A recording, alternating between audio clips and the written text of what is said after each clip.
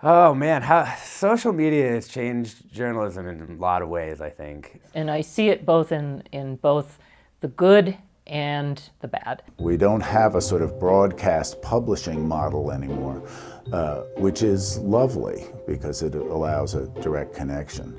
I think that there is, for me, a lot of excitement about reaching a wider audience, because there are some people that are only coming to us in the digital space. Facebook itself is having an outsized impact right now on the practice of journalism and the business of journalism. It's actually just like the reality of traffic flow on the internet now is if something doesn't succeed on Facebook, it does not succeed at all. Twitter is important in terms of setting the agenda and the conversation, but Facebook is where everyone really is actually discussing and sharing that information. I have always been a champion for old media flinging open its doors and allowing citizens to participate. I mean, I got into public radio very early on because of this idea that it was supposed to belong to all of us. To me, there's really not old and new media. There's just how quickly are you taking what's good from the past and kind of adding new ideas to it. But I think what old media can learn from new media is the ability to move quicker,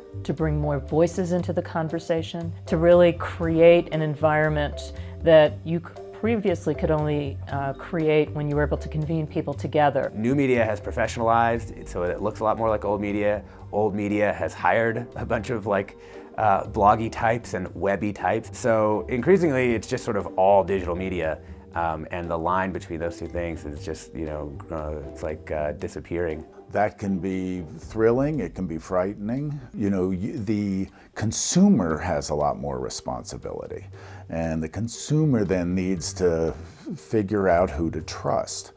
I mean, that's the key. Like, who do you trust? Yes.